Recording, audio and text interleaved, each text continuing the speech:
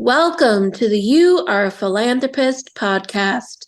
Today we're talking to Vinnie Cappetta, a native of Connecticut who has been a steadfast presence in the Metro West Boston area since 1999.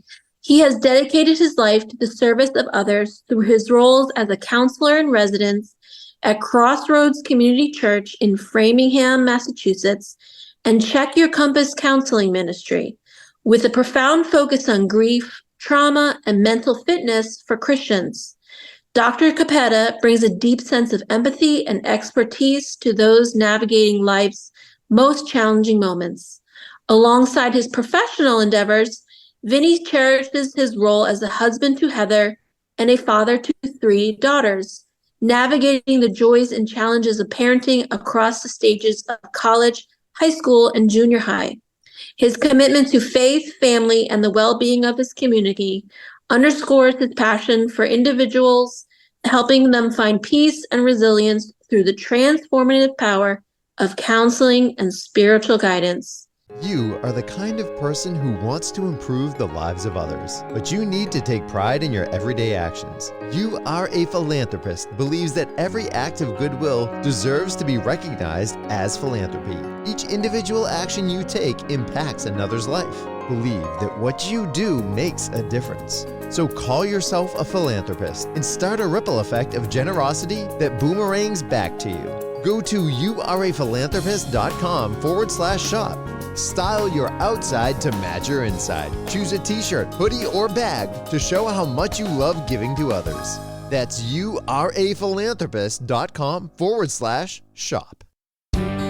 Hey y'all, I just want to remind you that I need you to subscribe, rate, and review to this podcast. If you're enjoying it and want more conversations like this and want to help people get more involved with philanthropy, please subscribe, rate, and review. I want to thank you to the people who have already rated this podcast 5 stars. Please click to rate it 5 stars. And here is some awesome reviews. I love hearing the different stories from a variety of people's personalities. We all can contribute with the strengths we have in making the world a better place for all of us to live in. Here's another one. I really enjoy this podcast. It's encouraging to see that I don't have to be a multimillionaire who created a philanthropic foundation to impact people. It's my small gifts of my time and resources that add up. I am a philanthropist. And here's another. There are opportunities all around at an early age to remind us to look out for each other. It's a lifelong journey of seeing the opportunities and acting in them. Thanks for a great reminder. Listeners, please do me a favor, subscribe, rate, and review right now so more people can hear more from us and learn more about philanthropy. Welcome to the You Are a Philanthropist podcast with Jen Klein, a certified fundraising executive and philanthropic entrepreneur.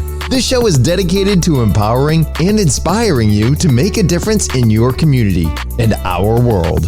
Jen believes all acts of kindness matter, and this show is designed to help you take pride in your everyday actions of improving the lives of others and making a change in the world. Now, here's Jen. Vinnie, welcome to the show. So great to be here, Jen. Thanks for having me. Vinnie, I'm so glad you're here, and I just want to disclose to my listeners that you're my mentor for the Positive Intelligence Mental Fitness Group. And I want to hear all about how you became a PhD, how you got into mental fitness and working at a church. You do so much. I'm very impressed with your work.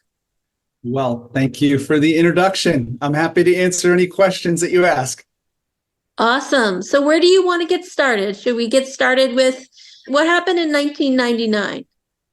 Yeah, in 1999, I was living in Delaware, and I was serving in a nonprofit there, and I was also helping out in a church there. And I decided to come back to New England. I was born in New England, and I lived in New England most of my life.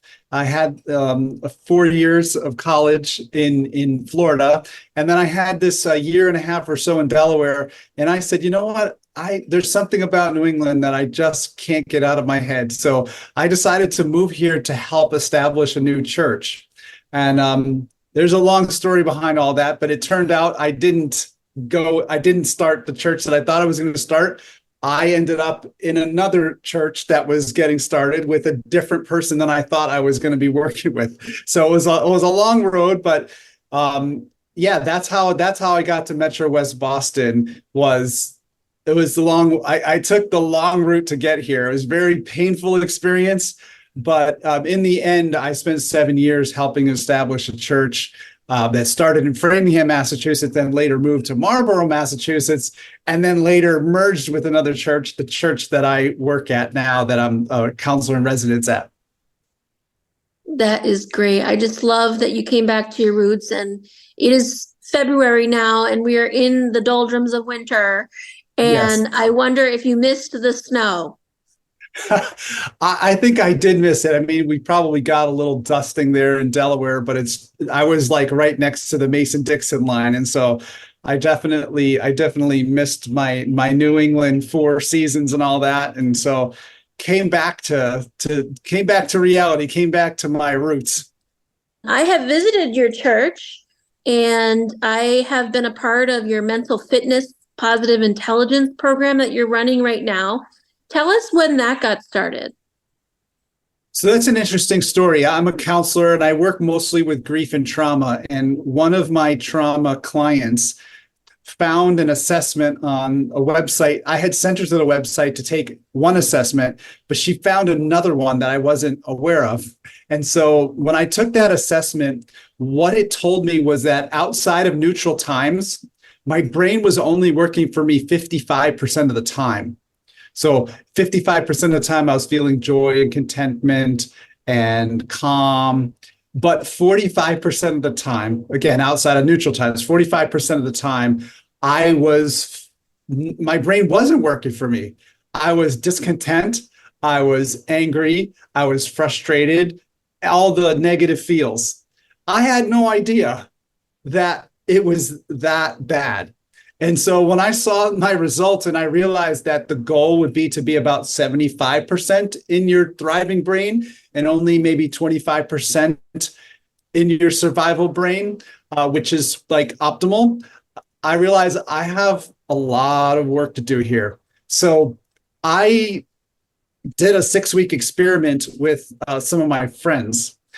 We enrolled in this thing called Positive Intelligence. It was a 6-week program. And at the end of the 6-week program, my brain was operating more in that thriving part of the brain around 71% as opposed to 55%. It made a huge difference. And one of the people that I was blessed to lead in that group, because I had to lead the group because they were like, there's no leader. You got to go find people to be part of the group, and then you got to lead it. One of the people that I led in the group, they had a 100% boost in their mental fitness. Now, this is a therapist and a coach, a very sharp person, the kind of person you're going to go to for help. But they were 40% of the time in their thriving brain when we started, and 80% in their thriving brain when we ended. So there was something that happened during this 6 weeks that had a profound effect on me, had a profound effect on my friend, Marlena. And so I decided to start offering this to everyone that I know. And I'm in my fifth round now, and I'm seeing God use this experience in people's lives to really help clear up their brains. Yes, I've personally benefited from your coaching work and the 6-week program, as well as your monthly membership. And would you go into what the founder of the program, who he is, and what he's taught in positive intelligence? Yeah, that's Shirzad Shamin. He is a Stanford professor, and he learned some of these principles and he put it together in a program, and he put together a pretty great team that has organize this in a way that's just digestible and simple. Like when most people talk about the brain, I'm with them for like the first 2 or 3 minutes, and then I start to glaze over. I don't know what hippocampuses and amygdalas and all these things are about. And, and I love psychology, I have a PhD in counseling, but some of this brain stuff just goes over my head. But Shirzad has a way of making everything simple and putting it on the lower shelf where even someone like me can get at this stuff. And so one of the things that I learned was about saboteurs. Saboteurs are the things inside of me. There's 10 of them that could potentially get in the way of any one of my goals. And what I found was that several of my saboteurs were keeping me from completing a goal that I started working on 2 years before. And 2 years later, I was still working on that project and I couldn't get it done. And I should have been able to get it done in at least a year was the goal. Everyone said, you take a year to do this, you should be able to do it. So, I had no idea that I thought it was the circumstances. I thought it was all these outside forces, but it turned out that it was me. I was sabotaging my own goal and I wasn't getting it done. So if the people who are listening to this podcast have a goal, they're struggling or wondering how they might be self-sabotaging the process, I have a free assessment for them that Shirzad put together. And so we give this out for free so people can learn about their self-sabotaging ways. And then I'll even give them like a free coaching session to help them if they want to resolve some issue in their life. We could use that saboteur assessment to help them resolve an issue. I just worked with somebody just this morning who said they're doing the dishes and their wife is over there saying that she wants to connect with them, but they got to get those dishes done, right? And this is a recurring problem in their marriage. So we spent about a half an hour together and I helped him kind of sort through all that, how his saboteurs are involved in that, how her saboteurs are involved in that conversation, and try to help him find some peace and empathy for his wife in that kind of situation. So we have that assessment that we can drop onto your website there so people can take that. And I'd be willing to give them a free coaching session on that. Oh, thank you so much, Vinnie. That is so generous of you to give your time. One of the reasons why I wanted to have you here is because you are so kind and positive and have a life of service for others. Can you tell me what your greatest joy is about what you do for your work, whether it be for the church, in counseling, or your positive intelligence group? I think the greatest joy I get to see is seeing people be able to do God's will. So that 2 years that I was stuck, I wasn't able to do something that I'm actually really good at and that I really enjoy doing. That I was unable to do it because of my own saboteurs. So when I can help somebody understand how their saboteurs are self-sabotaging God's will for their life, self-sabotaging their goals, when I can help them remove some of those obstacles and help them learn how to use their brain. For me as a pastor, I think about the Bible saying how we have the mind of Christ, or how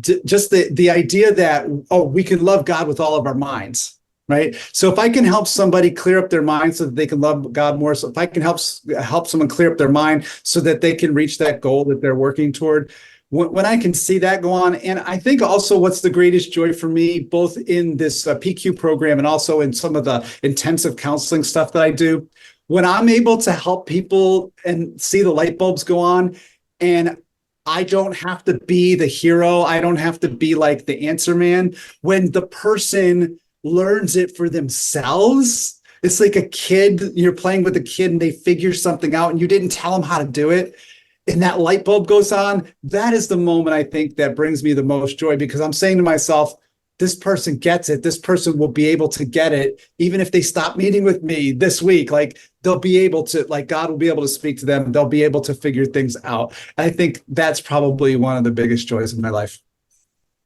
That's awesome. I'm so glad we're talking about how beneficial it is for you to have this life of service, because that's something I wrote about in my book that came out in October, Giving is Selfish, which is that it boomerangs back to you.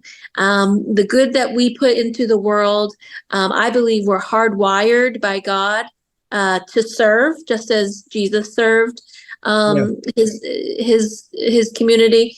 And that's one of the reasons I created this podcast, and my work is to share the joy of giving.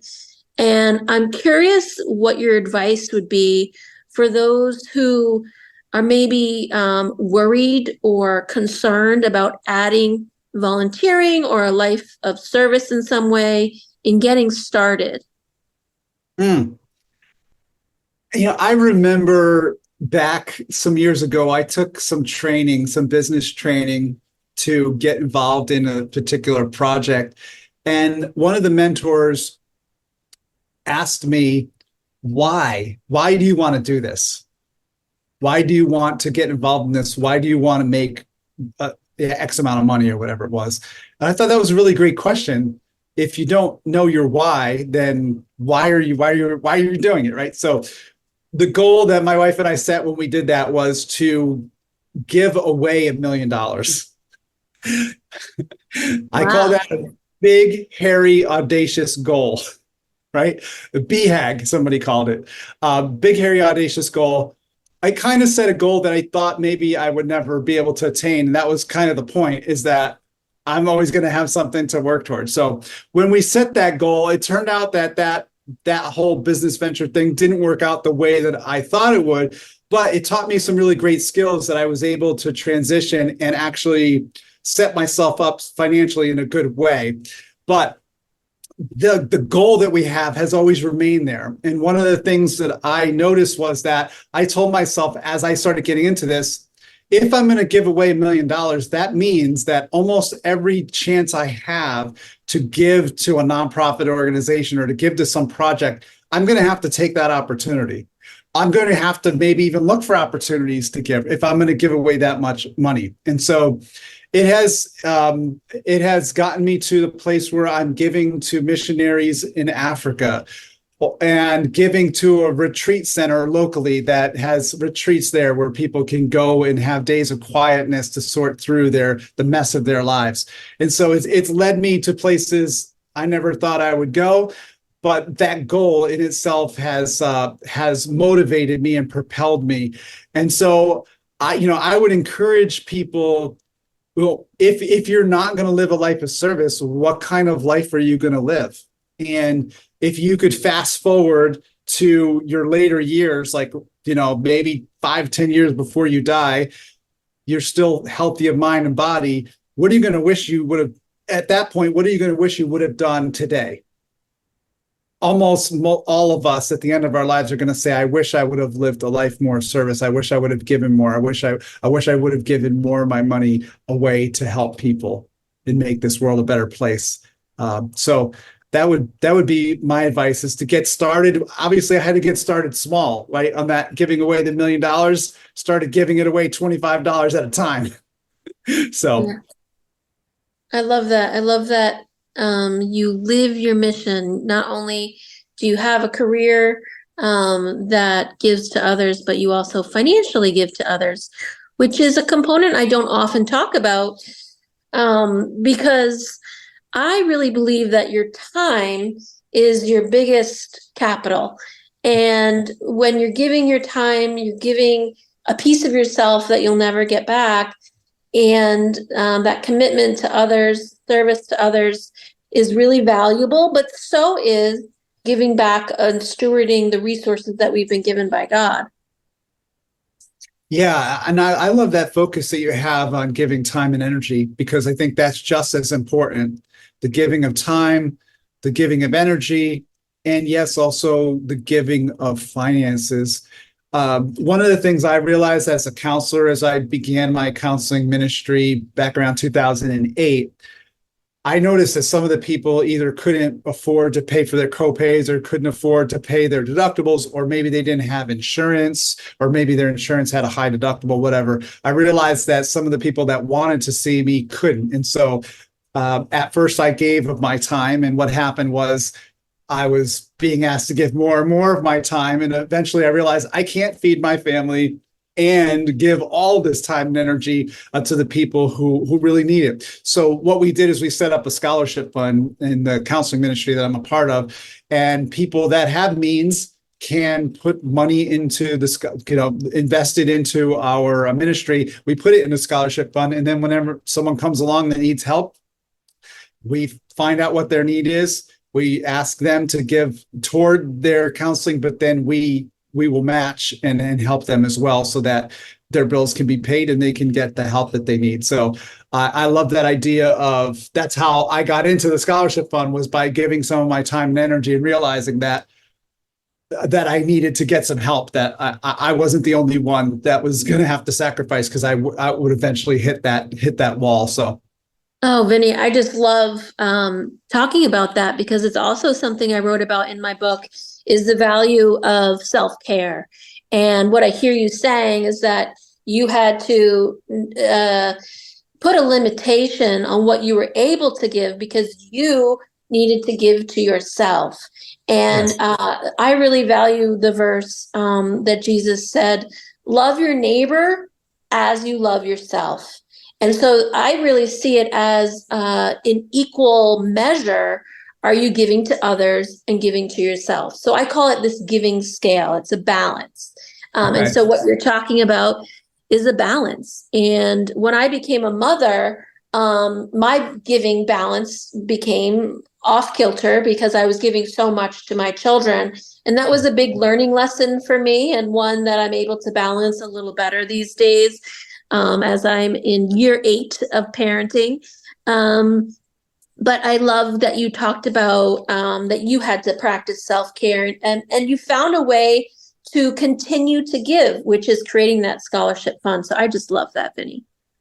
Oh, yeah. So it was, it's interesting how it happened. It was like giving is starting to give and then realizing, oh, like one of my mentors told me, he's like, Vinny, why don't you tell people about this? And I'm like, well, I don't want to tell them that I'm giving away all my time. No, he's like, tell them that they can help you. Right. And so I think part of what may happen as we give of our time, energy, or money, we're going to realize that there's a ceiling to what we can do by ourselves, but there's not a ceiling in terms of what God can do if we're in prayer, but also that we may realize our limitations, and that might cause us to inspire others to join us in whatever we're doing.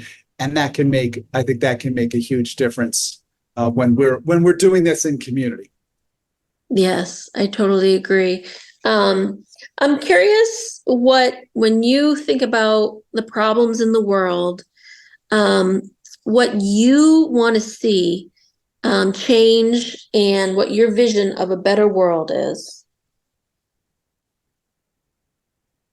Well, in terms of a better world, I think what makes our world the way it is that we all have negative thoughts. We have negative thoughts about other people. We have negative thoughts about our circumstances. We might have negative thoughts about God, which I hear a lot about as a pastor when I'm talking to people. But we also have negative thoughts about ourselves. And those negative thoughts about ourselves have been with us for so long. We call them neural pathways in psychology. We've been walking down those paths of I'm not good enough, I'm not smart enough, or I haven't achieved enough, or I'm not measuring up, or whatever your particular negative thoughts are.